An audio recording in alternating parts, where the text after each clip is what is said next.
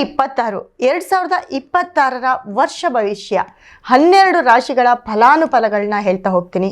ಅದರಲ್ಲೂ ನೋಡಿ 2026ಕ್ಕೆ ಮುಖ್ಯವಾಗಿ ಯಾವ ಗ್ರಹಗಳು ಚೇಂಜ್ ಆಗುತ್ತೆ, ಯಾವ ಗ್ರಹಗಳು ಯಾವ ಒಂದು ತಿಂಗಳಲ್ಲಿ ಬದಲಾವಣೆ ಆಗುತ್ತೆ. ಮೊದಲಿಗೆ ಗುರು ಗ್ರಹ ನೋಡಿ 1/6/2026 ಅಂದರೆ 6ನೇ ತಿಂಗಳು ಮಧ್ಯರಾತ್ರಿ 1ನೇ ತಾರೀಕು ರಾತ್ರಿ 11:02 ಮುಖ್ಯವಾಗಿ ಗುರುವಿನ ಬದಲಾವಣೆ ಆಗ್ತಾ ಹೋಗುತ್ತೆ. ಗುರುವಿನ ಬದಲಾವಣೆ ಅಂತಂದರೆ ಮಿಥುನದಿಂದ ಕಟಕಕ್ಕೆ ಗುರುವಿನ ಬದಲಾವಣೆ ಆಗುತ್ತೆ.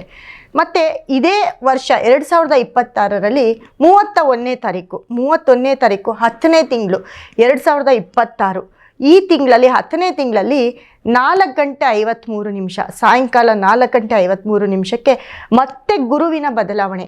ಗುರು ಕಟಕದಿಂದ ಸಿಂಹ ರಾಶಿಗೆ ಬದಲಾವಣೆ ಆಗ್ತಾರೆ. ಅದೇ ರೀತಿ ಈ 2026ರಲ್ಲಿ ಮುಖ್ಯವಾಗಿ ರಾಹು ಕೇತುಗಳ ಬದಲಾವಣೆ ಕೂಡ ಆಗ್ತಾ ಹೋಗುತ್ತೆ. ರಾಹು ಕೇತುಗಳ ಬದಲಾವಣೆ ಅಂತ ಅಂದರೆ ನೋಡಿ 7ನೇ ತಾರೀಕು 12ನೇ ತಿಂಗಳು 2026 8:20 ರಾಹುವಿನ ಬದಲಾವಣೆ. ರಾಹು ಕುಂಭ ರಾಶಿಯಿಂದ ಮಕರಕ್ಕೆ ರಾಹುವಿನ ಬದಲಾವಣೆ ಆಗುತ್ತೆ. ಅದೇ ರೀತಿ ಕೇತು ಸಿಂಹ ರಾಶಿಯಿಂದ ಕಟಕಕ್ಕೆ ಬದಲಾವಣೆ ಆಗ್ತಿದ್ದಾರೆ.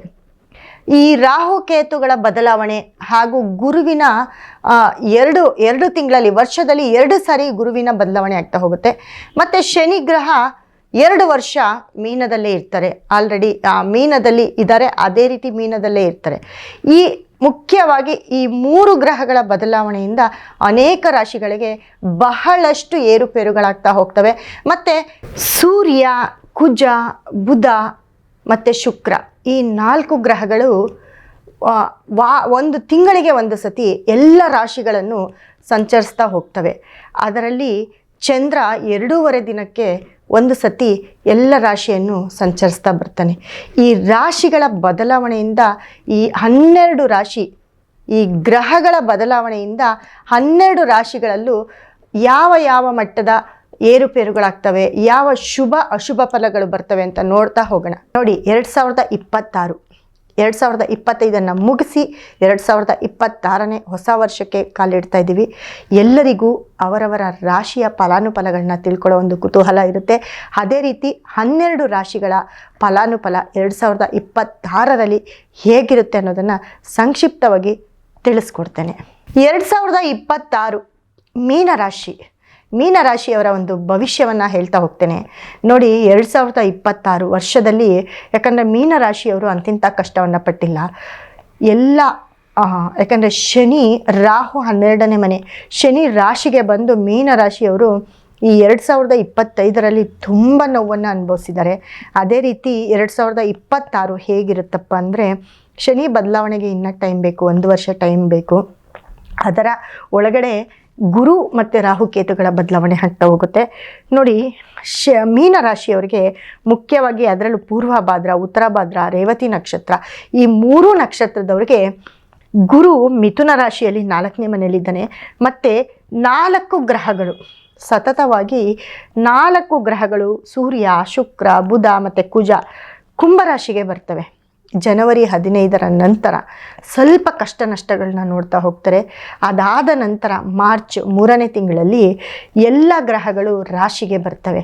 ಸೂರ್ಯ ಮತ್ತು ಶನಿ ಒಟ್ಟಿಗೆ ಮೀನರಾಶಿಯಲ್ಲಿದ್ದಾಗ ಯಾರಾದರೂ ಆ ಮೀನರಾಶಿಯವರ ಮನೆಯಲ್ಲಿ ತುಂಬ ಬೇಕಾಗಿರೋರನ್ನ ಕಳ್ಕೊಳ್ಳೋದು, ಕೋರ್ಟು ಕೇಸ್ ಆಗೋದು, ಕುಟುಂಬದ ಜಗಳ ಆಗೋದು, ಏನೂ ಇಲ್ಲ ಅಂದರೆ ಯಾವುದಾದ್ರೂ ಒಂದು ದೊಡ್ಡ ನ್ಯೂಸ್ಗೆ, ಒಂದು ಕಾಂಟ್ರವರ್ಸಿಗೆ ಬಲಿಯಾಗೋದು, ಅವರು ಯಾವ ಕ್ಷೇತ್ರದಲ್ಲಿದ್ದರೆ ಆ ಕ್ಷೇತ್ರದಲ್ಲಿ ಅವರು ಅದನ್ನು ಅವಮರ್ಯಾದೆಗೊಳ್ಳೋದು, ಇದೆಲ್ಲವೂ ಕೂಡ ಆಗ್ತಾ ಹೋಗುತ್ತೆ ಮೀನರಾಶಿಯವರಿಗೆ. ಹಾಗಾಗಿ ಮೀನರಾಶಿಯವರು ಸತತ 3 ತಿಂಗಳು 2026ನೇ 3 ತಿಂಗಳು ಕೂಡ ತುಂಬ ಹುಷಾರಾಗಿರಬೇಕಾಗುತ್ತೆ.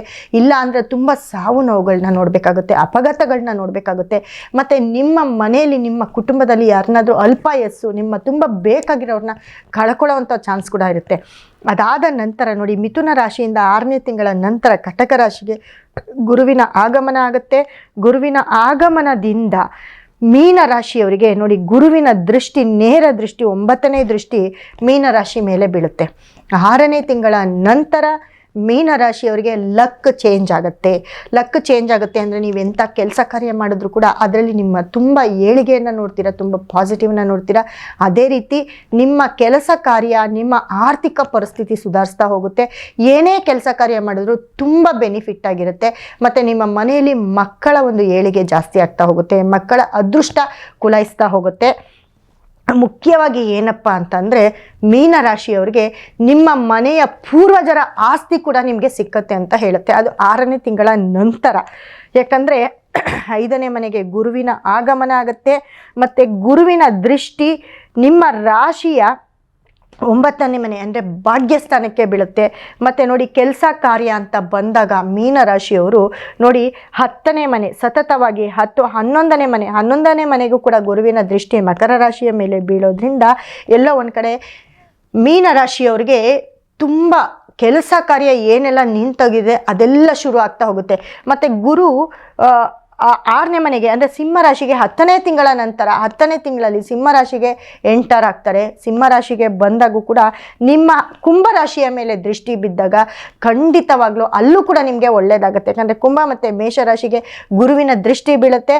ಅಲ್ಲಿ ಹಿಂದೆ ಮುಂದೆ ಅಂದರೆ 12ನೇ ಮನೆ ಮತ್ತು ಧನಸ್ಥಾನ 2ನೇ ರಾಶಿಗೆ ಧನಸ್ಥಾನದ ಮೇಲೆ ಗುರುವಿನ ದೃಷ್ಟಿ ಬಿದ್ದಾಗ ಮೀನರಾಶಿಯವರಿಗೆ 2026ರಲ್ಲಿ ತುಂಬ ಒಳ್ಳೆಯ ಫಲಾನುಫಲಗಳನ್ನ ನೋಡ್ತಾ ಹೋಗ್ತೀರಾ. ಕುಂಭರಾಶಿ ಮೇಲೆ ಅಂದರೆ ಮಕರ ರಾಶಿಗೆ ಕೂಡ ಸಪ್ತಮ ದೃಷ್ಟಿ ಬಿದ್ದಾಗ 11ನೇ ಮನೆ ದೃಷ್ಟಿ ಅಂದರೆ ಗುರು ಕಟಕದಲ್ಲಿದ್ದಾಗ 6ನೇ ತಿಂಗಳ ನಂತರ ಅಲ್ಲೂ ಕೂಡ ತುಂಬ ಪಾಸಿಟಿವ್ ರಿಸಲ್ಟ್ನ ನೋಡ್ತೀರಾ. 10ನೇ ತಿಂಗಳ ನಂತರ ಕೂಡ ಒಳ್ಳೆಯ ಒಂದು ಫಲಗಳನ್ನ ನೋಡ್ತಾ ಹೋಗ್ತೀರಾ.